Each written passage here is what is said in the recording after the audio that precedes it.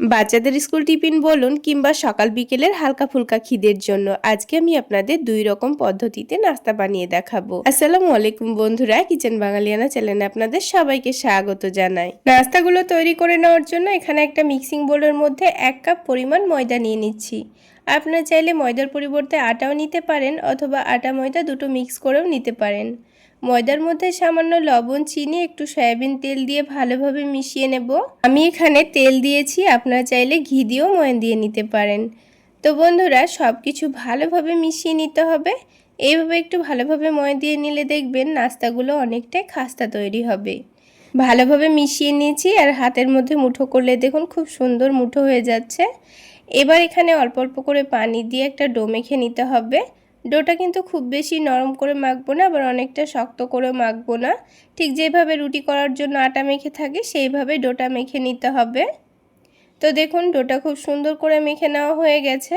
এবার এই ডোটাকে আমি কিছুক্ষণের জন্য রেস্টে রেখে দেব। তার আগে ডোটা থেকে কয়েকটা লেচি কেটে নেব।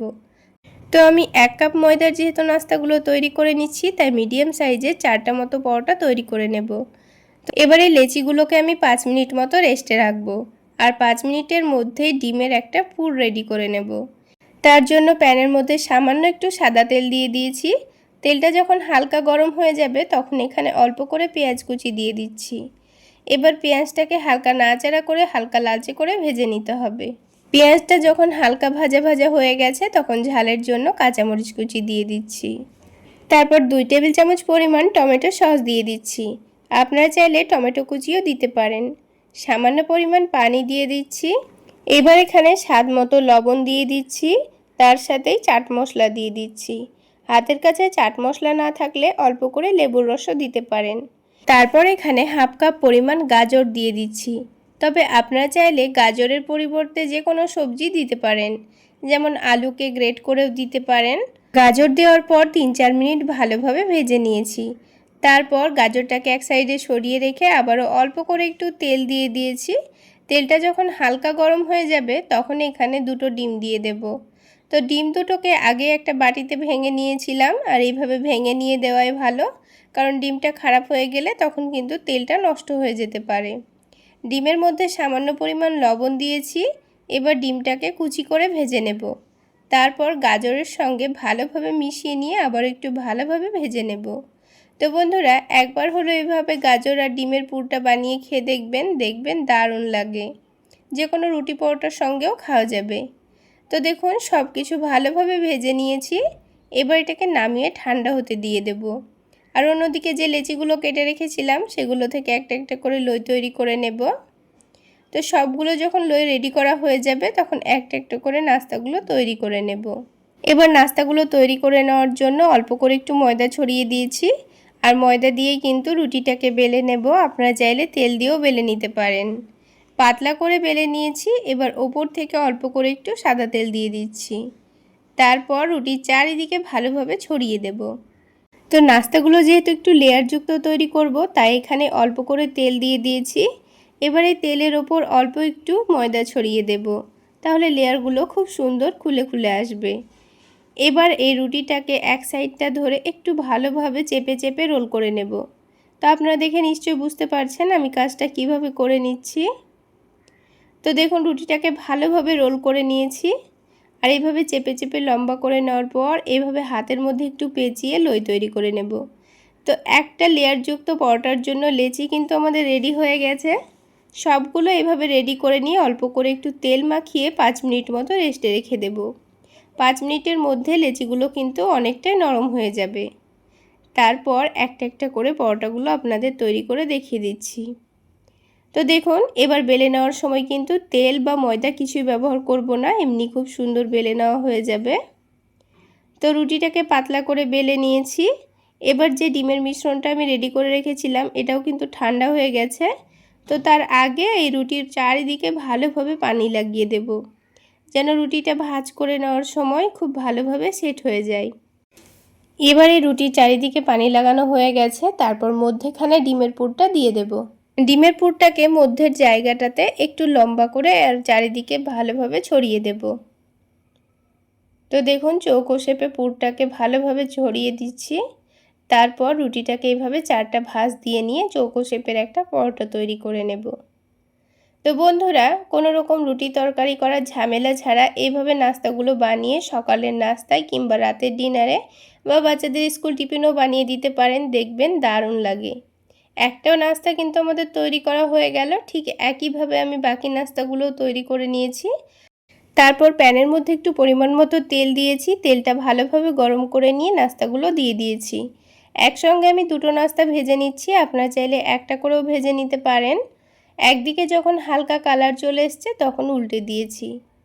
এইভাবে উল্টে পাল্টে একটু ক্রিস্পি করে ভেজে নিতে হবে। আর দুই দিকে যখন খুব সুন্দর কালার চলে আসবে তখন তেলটা ঝেঁকে নিয়ে তুলে নেব।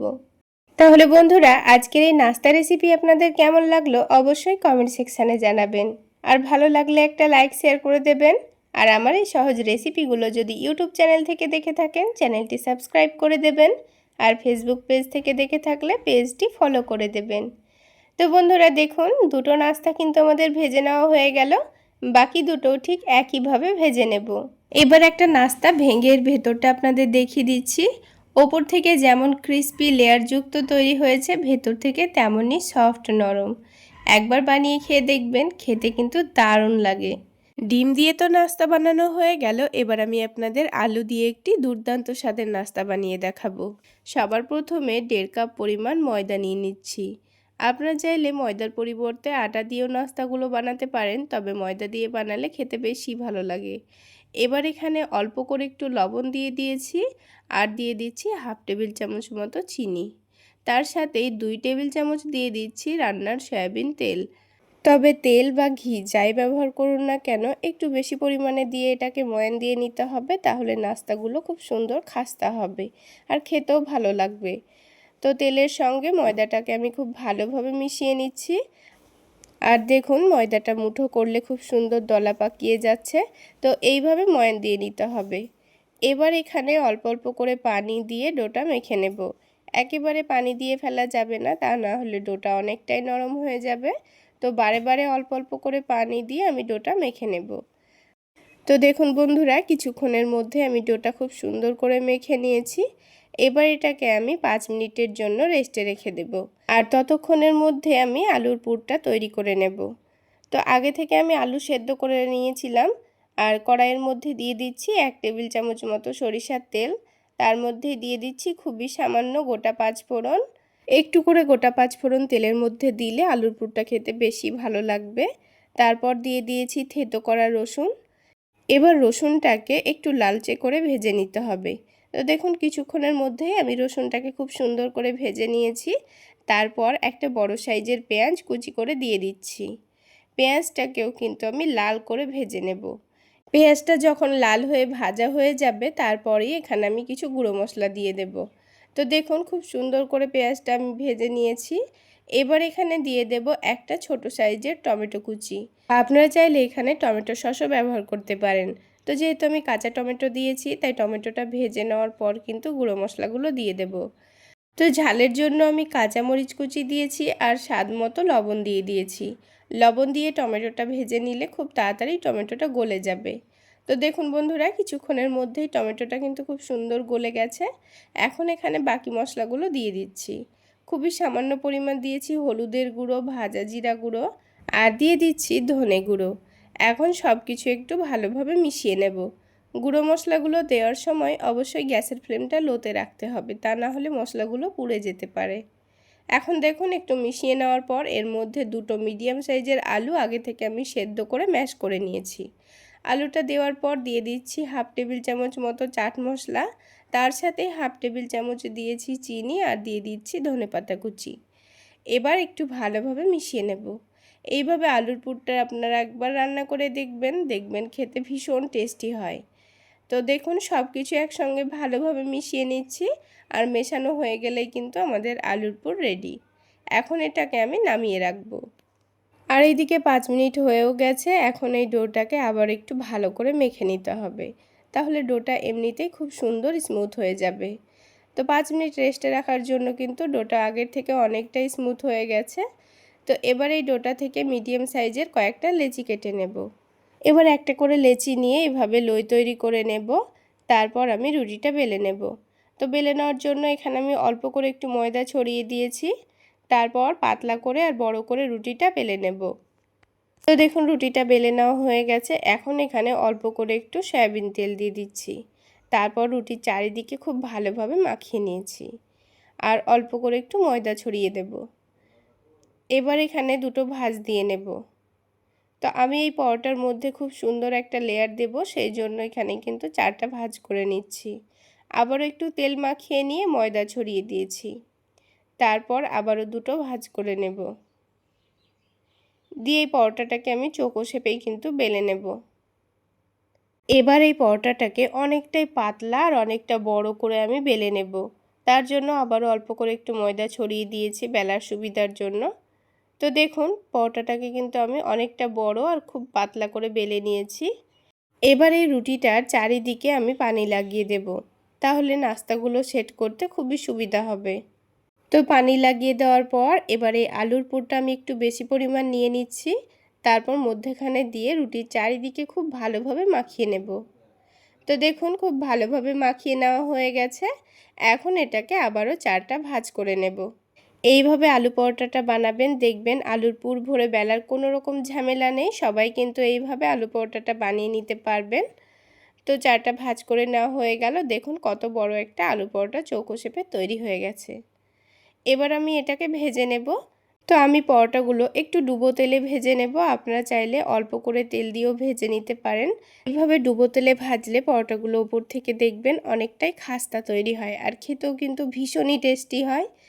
তো দেখুন বন্ধুরা, একদিকটা যখন হালকা কালার চলে এসছে তখন আমি উল্টে দিয়েছি। অপর দিকটাও হালকা কালার আসবে তখন উল্টে দেব।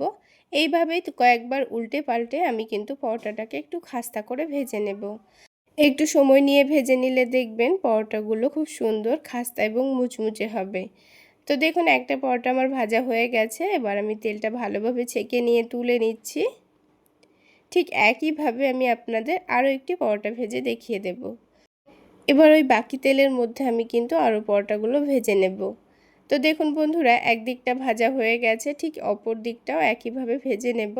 এই পরোটাটাও যখন খুব সুন্দর কালার চলে এসছে তখন আমি তুলে নিয়েছি। তো বন্ধুরা, আজকের এই আলু পরোটা রেসিপিটা আপনাদের কেমন লাগলো অবশ্যই কমেন্ট করে জানাবেন। আর ভালো লাগলে একটা লাইক শেয়ার করে দেবেন। আর আমার এই সহজ রেসিপিগুলো যদি ইউটিউব চ্যানেল থেকে দেখে থাকেন তাহলে চ্যানেলটি সাবস্ক্রাইব করে দেবেন। আর ফেসবুক পেজ থেকে দেখে থাকলে পেজটি ফলো করে দেবেন। তো দেখুন বন্ধুরা, সবগুলো পরোটাই কিন্তু আমার ভাজা হয়ে গেছে। আর ওপর থেকে দেখুন কতটা খাস্তা হয়েছে আর কতটা নরম, মুখে দিলেই মিলিয়ে যাবে। খেতে এত মজার হয় বন্ধুরা, একবার বানিয়ে না খেলে স্বাদ বুঝতেই পারবেন না। তাহলে আজকে এই পর্যন্তই। সকলে অনেক বেশি ভালো থাকবেন, সুস্থ থাকবেন।